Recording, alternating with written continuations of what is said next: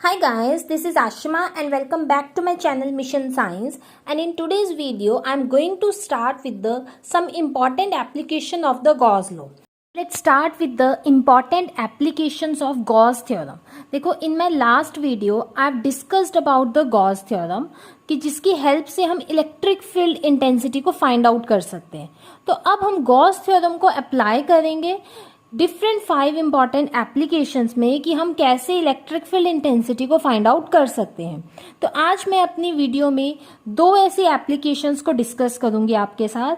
तो first application is electric field intensity due to an infinitely long straight uniformly charged wire. कि हमारे पास क्या है, देखो हमने एक यूनिफॉर्मली चार्ज्ड वायर कंसीडर करी है, इनफाइनाइटली लॉन्ग है, it is not ended, right, इसके कोई एंड्स नहीं है बिकॉज इनफाइनाइटली लॉन्ग वायर है. तो इलेक्ट्रिक फील्ड इंटेंसिटी को फाइंड आउट करने के लिए हमने सबसे पहले क्या किया है, 2 पॉइंट्स कंसीडर किए हैं P1 एंड P2. ठीक है, ये जो P1 एंड P2 है आपके पास, ये पेयर ऑफ लाइन एलिमेंट्स हैं which are placed at some distance. These are the pair of line elements. ठीक है जी. और हमें क्या करना है, इस पॉइंट पर, ये P पॉइंट पर हमने इलेक्ट्रिक फील्ड इंटेंसिटी को फाइंड आउट करना है. अब देखो P पॉइंट के ऊपर इलेक्ट्रिक फील्ड इंटेंसिटी क्या होगी, पॉजिटिव चार्ज, हमने पॉजिटिवली चार्ज वायर ली है तो इलेक्ट्रिक फील्ड इंटेंसिटी की डायरेक्शन आउटवर्ड होगी. तो ये P1 की वजह से E1 की डायरेक्शन, P2 की वजह से ये E2 की डायरेक्शन. तो अब ये जो E2 E1 है, इनको आप 2 कंपोनेंट्स में इजीली रिजॉल्व कर सकते हो. ठीक है, अगर मैं ये एक्स एक्सिस के अलोंग लूंगी तो ये क्या हो जाएगा, E1 cos थीटा. अगर ये एंगल मेरे पास थीटा है, suppose this is theta, right. ऐसे यहाँ पर क्या होगा, E2 cos थीटा, और इसके upward components E1 sin theta and E2 sin theta. अब देखो चार्जेस तो पॉजिटिव ही हैं, डिस्टेंस सेंटर से r है, तो इलेक्ट्रिक फील्ड इंटेंसिटीज की वैल्यू मतलब E1 E2 की वैल्यू सेम होंगी.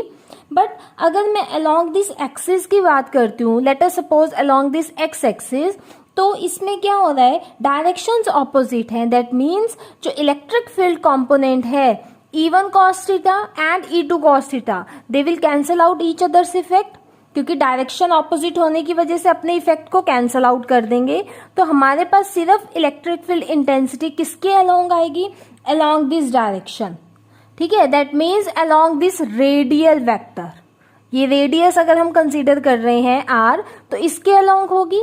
दैट्स वाई अगर एक इनफाइनाइटली आपके पास लॉन्ग स्ट्रेट वायर है, इसके लिए जो इलेक्ट्रिक फील्ड इंटेंसिटी है वो क्या होगी, रेडियल होगी, radial in nature, because along distance r है ये. अब हम फाइंड आउट करेंगे कि वो रेडियली आउटवर्ड होगी या फिर रेडियली इनवर्ड होगी. तो उसके लिए हम क्या करते हैं, इस वायर के क्रॉस सेक्शन को कंसीडर कर लेते हैं. ठीक है, वायर का क्रॉस सेक्शन कैसा दिखेगा, हमें समथिंग अबाउट ऐसे सिलेंड्रिकल फॉर्म में दिखेगा.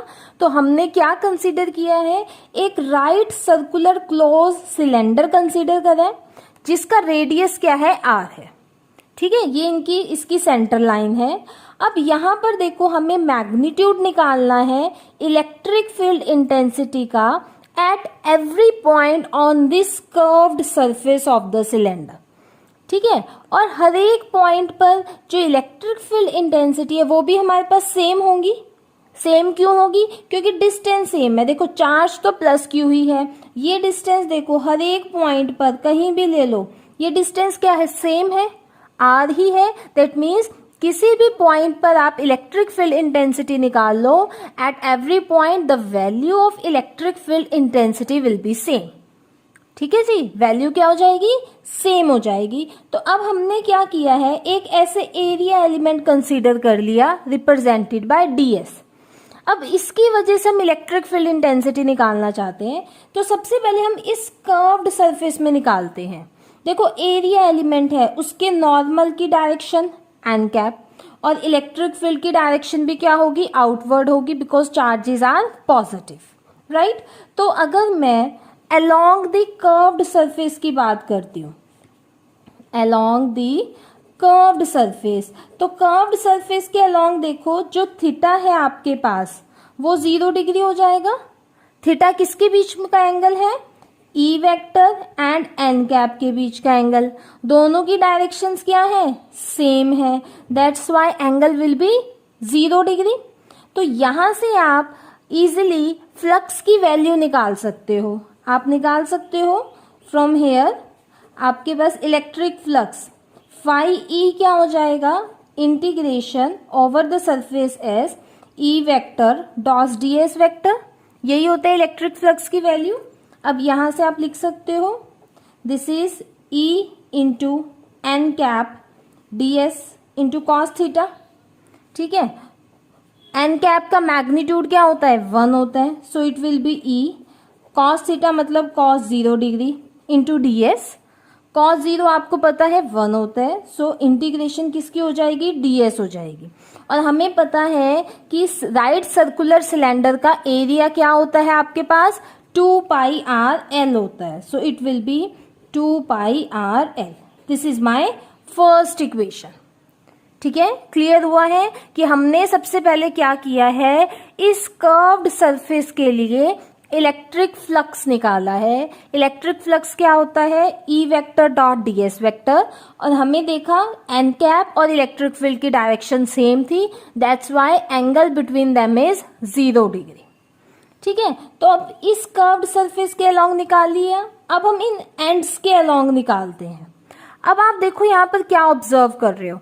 ये डायरेक्शन है एन कैप की और ये डायरेक्शन है ई वेक्टर की। दोनों में एंगल देखो क्या दिख रहा है आपको?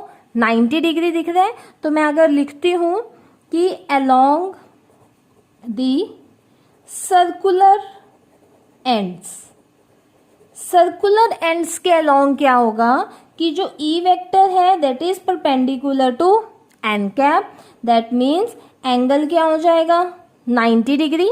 और आपको पता है cos 90 डिग्री क्या होता है? 0। दैट मीन्स कि अलोंग दिस एंड्स जो फ्लक्स है वो आपके पास होगा 0। This is my second equation. तो अगर मुझे टोटल फ्लक्स निकालना है तो इसका मतलब कि टोटल फ्लक्स आपका सिर्फ किसकी वजह से हुआ? Along this curved surface. तो अब मैं लिख सकती हूं यहां पर कि हमारे पास जो टोटल फ्लक्स है वो कितना हो जाएगा? Phi E total will be E into 2 pi R L. ये क्या हो गया? आपके पास टोटल फ्लक्स आ गया। अब आपको तो क्या निकालनी है? इलेक्ट्रिक फील्ड निकालनी है। अब देखो हमने क्या किया था, यहाँ पर लाइन एलिमेंट्स कंसीडर किए थे।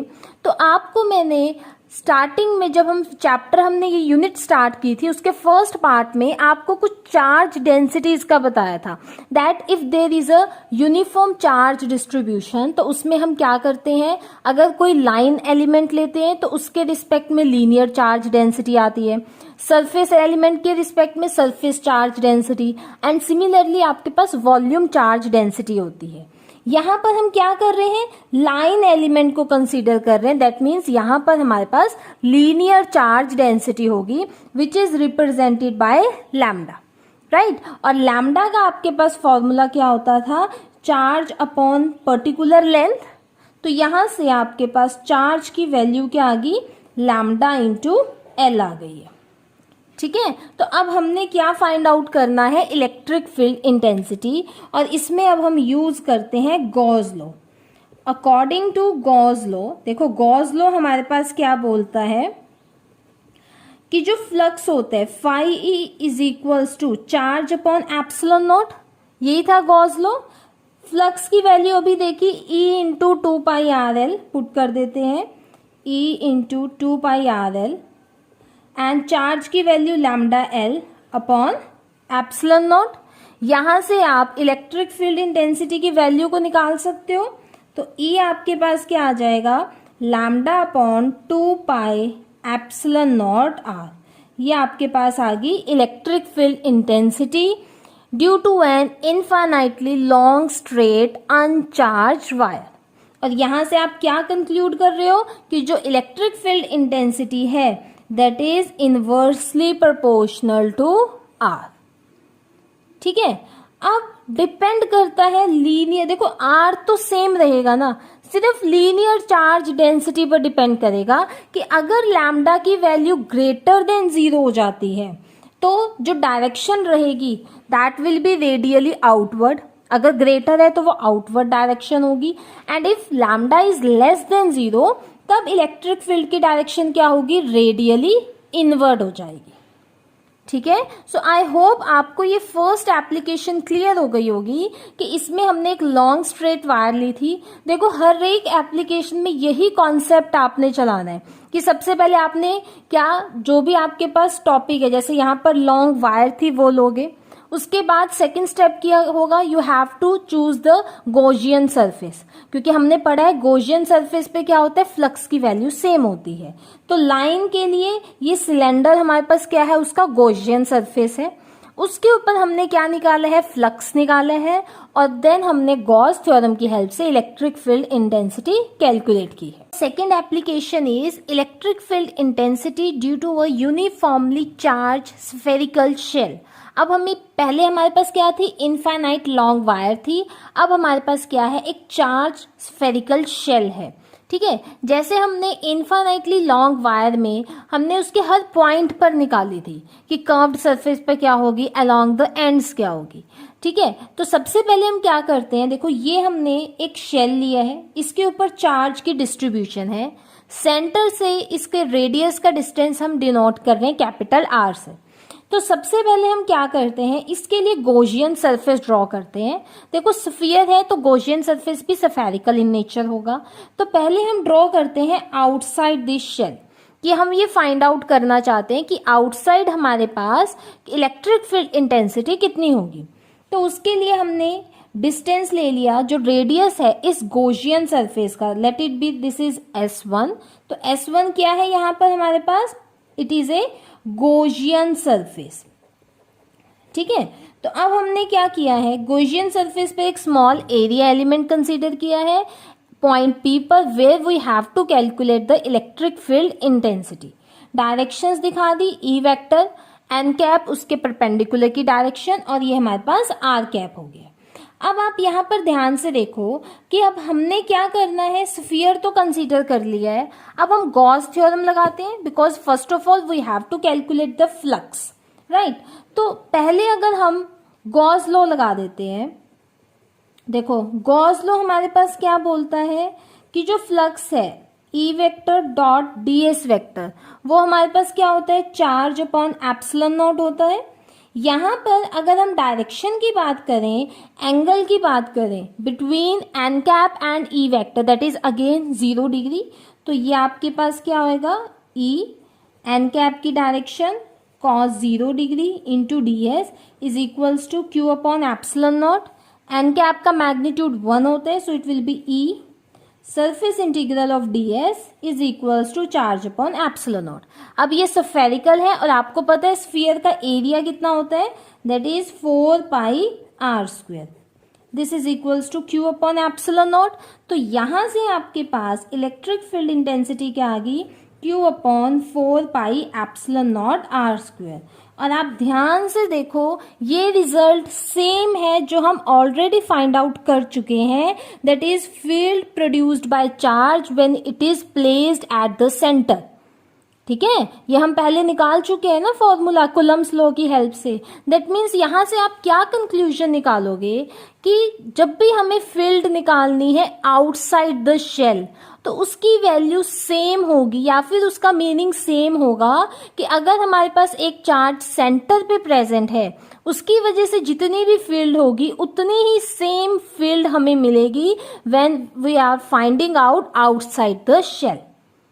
ठीक है, क्लियर हो गई है ये चीज कि यहां से क्या कंक्लूजन निकली कि जो इलेक्ट्रिक फील्ड इंटेंसिटी आप आउटसाइड द शेल निकाल रहे थे that is same as the field produced by the charge when it is placed at the centre.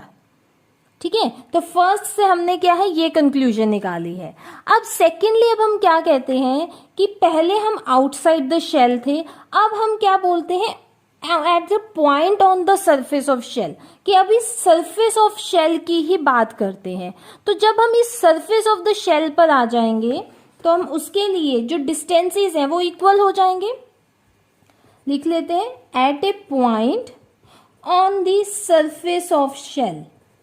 Surface of shell का मतलब क्या हो गया, स्मॉल आर कैपिटल आर के इक्वल हो जाएगा। तो यहां से electric field intensity will be Q upon 4 pi epsilon not r square.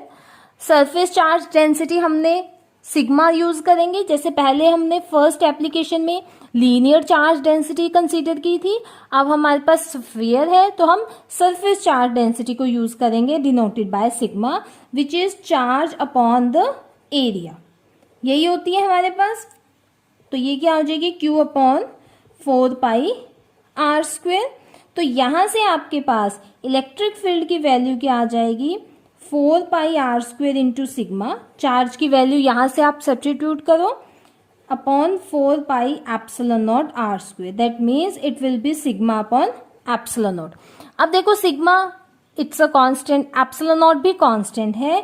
That means अगर हम फाइंड आउट करते हैं electric field intensity on a point on the surface of shell, कि अगर शेल के सरफेस पे ही हमने फील्ड निकालनी है तो वो फील्ड हमारे पास क्या होगी, कांस्टेंट होगी। ठीक है, क्लियर हो गई है। अगर आउटसाइड द शेल है तो वो क्या होगी, inversely proportional to r square होगी। बट अगर ऑन द शेल है then it will be constant.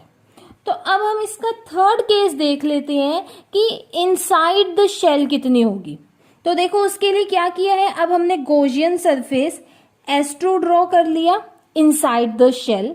तो जब हम इनसाइड की बात करेंगे, अब इस केस में R will become smaller than capital R। जो गॉसियन सरफेस का आपके पास रेडियस होगा that will become smaller as compare to the radius of the spherical shell. तो इस केस में भी देखो जो फ्लक्स की वैल्यू है, फ्लक्स तो सेम ही रहेगा जो हमने अभी ऊपर निकाला था, that is E vector dot ds vector. तो ये हमने अभी निकाला है E into 4 pi r square. Flux तो सेम रहेगा ना, बिकॉज एंगल भी क्या है, 0 डिग्री है, और सरफेस उसका सरफेस है उसका एरिया भी क्या है, 4 पाई आर स्क्वेयर है, that will be same. But यहाँ पर क्या है, हमने स्टार्टिंग में बोला था कि जो चार्ज की डिस्ट्रीब्यूशन है ना वो इस स्फेरिकल शेल के ऊपर है, इस सरफेस के ऊपर है। That means inside this shell there will be no charge distribution. तो Q क्या हो गया, 0 है हमारे पास इनसाइड द शेल। 0 होने का मतलब अगर अब मैं यहाँ पर गॉस लॉ लगाती हूँ, गॉस लॉ क्या कहते हैं, phi is charge upon epsilon naught. Charge क्या है, 0 है, दैट मीन्स फाई ई क्या हो जाएगा, 0 हो जाएगा। फाई ई 0 होने का मतलब देखो फाई ई की वैल्यू ये थी, E into 4 pi r square will be 0। That means electric field will be 0 inside this spherical shell. 3 cases हमने कंसीडर किए कि outside the spherical shell electric field comes out to be inversely proportional to r square. At a point on the spherical shell it is a constant quantity and inside the shell electric field intensity is 0। और इसको हम graphically भी show कर सकते हैं। देखो कैसे करेंगे, अगर हमें ग्राफिकली इसको शो करना है, यहाँ पर आपके पास इलेक्ट्रिक फील्ड इंटेंसिटी हो जाएगी, यहाँ पर आपके पास डिस्टेंस फ्रॉम द सेंटर मतलब R। तो देखो सबसे पहले क्या है आपके पास, अगर हम यहां तक लेते हैं R is less than R, ठीक है, पहले डिस्टेंस स्मॉलर देन R है, तो उसके लिए हमने क्या भी फाइंड आउट किया है, electric field intensity is 0। That means ये आपके पास 0 के लिए आ गई लाइन।